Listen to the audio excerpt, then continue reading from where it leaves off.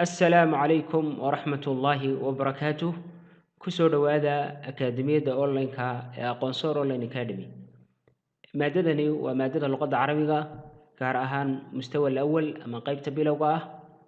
ما أنت وحين قادنتنا الدرس الثالث عشر عشر كتبني صدحات عوان كيسون أو يهي بيت بكر قيبتي سألف قريق بكر أو سيدا أصور كبكو أركتان inaynu ka baranno wax kooban oo ku saabsan macluumaadka gurigaas taas oo looga leeyahay qofku inuu ku xoojiyo aqoonta ama kalimaadka uu ka yaqaano luqadda carabiga insha Allah ta'ala ugu horreyn waxa lagu bilaabay tilmaan in lagu tilmaamo lagu dhaho hada baytu bakri hada kani baytu bakrin waa gurigii bakar hada waa magac tilmaan sheegaya gaar ahaan tilmaan dhow ayuu sheegaya oo tilmaanta marna waxa la tilmaamaa wax fog marna waxa la tilmaamaa wax ku dhow marka maadaama maanta gurigu inoo dhow yahay oo inagu aynu waxa weeye u muuqano inaynu guriga ag joogno oo kale ayaynu odhanaynaa hada baytu bakrin kani waa gurigii bakar raqamu albayti 3 nambarka gurigu waa ama waxa weeyaan tiradiisu waa tirada 3 sida sawirkaba ku aragto oo guryuhu lambar ay kala leeyihiin albaytu gurigu fi sharic almasjid alharam wuxuu ku yaalaa sharaca masaajidka xurmada badan agtiisa ayuu ku yaalaa albaytu gurigu kabiirun weeyahay sida inaguba sawirka aynu ka aragno waa guri weyn weeyaan amaama albayti guriga horaantiisa waxa ku taala xadiiqatun beer waasicatun ballaaran sida aynu sawirkaba ku aragno وحول الحديقة بيرت وحا كوريكسن هريرهيدا سور جدار مرتفع سرية أيا كحرا بيت بكر قرق بكر قريب وحودو يهي من المسجد مسجدك صور كباسي دينو كارغنو وقرم أدو مساجدك وبعيد وحونا كفق يهي عن السوق سوق أيو كفق يهي هذين مركل الصوت المرة وحين كسب بلون بلوغي قهرية تلمان هذا بيت بكر هذا كني بيت بكر وقرق بكر رقم البيت ترضى أما النمبر كقرقة 3 صدح وياه البيت قرق في شارع حكوية لا شارع أما وضد المسجد الحرام مسجد كحرمة بدن لومر البيت قرق كبير وويهي وقرق وين أمام البيت كوريغ هورتيسا waxa ku taala حديقة بير واسعة بلارن وحول الحديقة بيرتنا waxa ku wareegsan hareeraheeda سور جدار مرتفع سرية sidaynu sawirkaba ka arkayno gidaarka ku wareegsan dhirta بيت بكر كوريغ بكر قريب wuxuu dhow yahay min المسجد مسجدka ayuu u dhow yahay وبعيد wuxuuna ka fog yahay عن السوق سوقنا wuu ka fog yahay الكلمات الجديدة كلمتها عصب 10 كأنه كسر مرة وحكمت أها بيت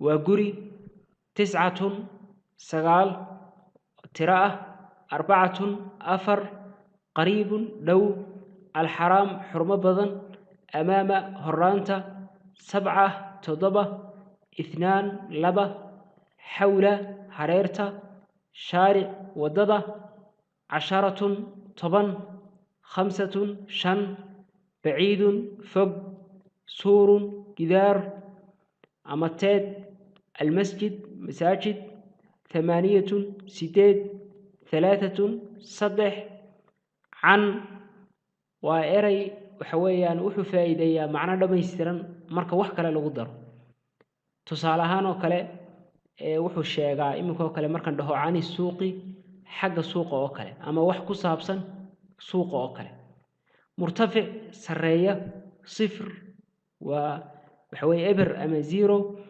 6 6 1 hal waasicatun balaaran kalimaadkaas oo lagu dhex daray tirooyin dheeri ah oo in 10 ku arag waxa weeye waa kalimaad qofka ku cusboonaan kara marka qofka waxa looga baahan yahay kelmadaha ku cusub إن أو ضبطيه أو حفظيه أو قرأ si hadday mar labaad dib u soo maraan aanu u ilaawin ee u xasuusnaado. waayahay haddaba aynu bilowna casharka qaybtiisii labaad الدرس الرابع عشر casharka 14aad baytu bakrin ba guriga bakar oo hore aynu soo aragnay qaybtiisii ba ee dambe ee dhameystiraysay ayaynu sii arki doonaa. waxaa lagu bilaabay su'aal la weydiinayo bakar. waxaa la yidhi ayna albaytu yaa bakru, ayna meeyey albaytu gurigii yaa bakru bakarow gurigii mee. ayna waa erey su'aaleed. erey su'aaleedka waxaa la isku weydiiyaa makaan ama boos. jawaabteedu waxay noqotaa inaad sheegto shaygaa lagu weydiiyey booska uu yaallo ama halka laga helayo.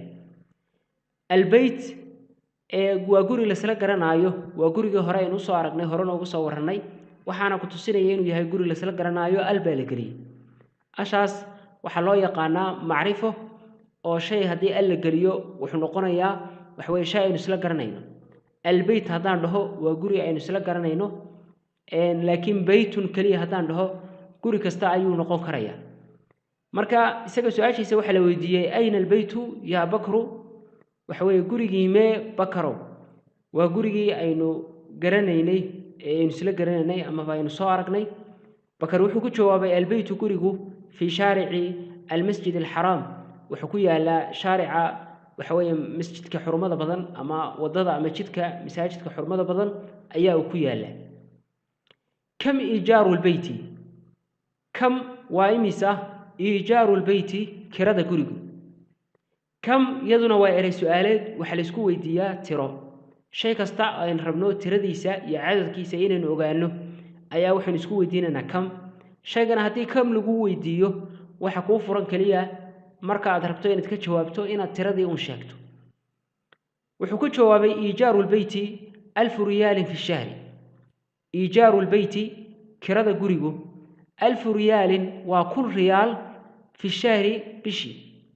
macnaa bishii walba gurigaa wuxuu ugu jiraa lacag u dhiganta waxa weeyaan 1000 riyaal.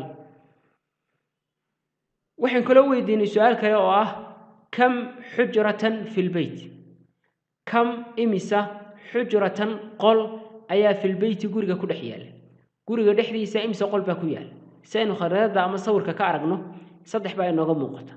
isaguna wuxuu ku jawaabay fi lbeyti guriga waxa ku yaala fi lbeyti guriga waxa ku yaala 3 xujuraatin 3 qol baa ku yaala. fi lbeyti guriga waxa ku yaala 3 xujuraatin qol 3 qol ayaa guriga ku yaala. marka wuxuu bilaabay inuu inoo sii kala sheego 3dii qol waxay noqonayaan. wuxuu yidhi xujratu nnawm wa xujratu aطacaam wa xujratu lmaktab. midi waa xujratu nnawm waa qolka hurdada, midna waa xujratu aطacaam waa qolka cuntada, midna waa xujratu lmaktab waa qolka fadhiga. xujratu waa qolka annawmi hurdada, wa xujratu qolka aطacaami cunnada, wa xujratu qolka almaktabi fadhiga. hal fi lbeyti guriga ma ku yaaleen makaanu boos istiqbaalin dadka lagu soo dhoweeyo. erey su-aaleedka hal wixii lagugu weydiiyo waxaad ku jawaabi karaysaa nacam ama laa. waxa weeye jawaabteeda waxaa lagaga baxaa haa ama maya. waxa weeye guriga ma ku yaaleen meel dadka lagu soo dhoweeyo. waxaad odhan kartaa haa way ku yaaleen. waxaad kaloo odhan kartaa maya kuma yaaleen.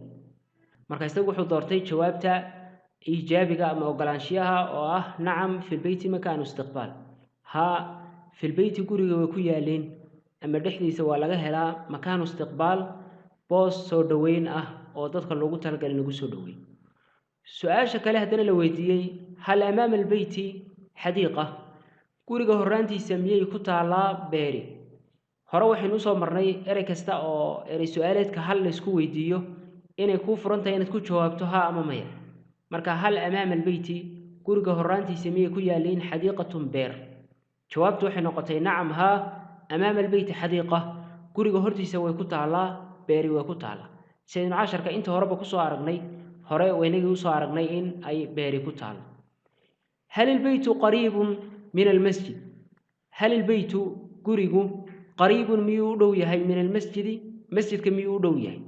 jawaabtu waxay noqotay nacam haa albeytu qariibun min almasjid. gurigu wuu u dhow yahay masjidka.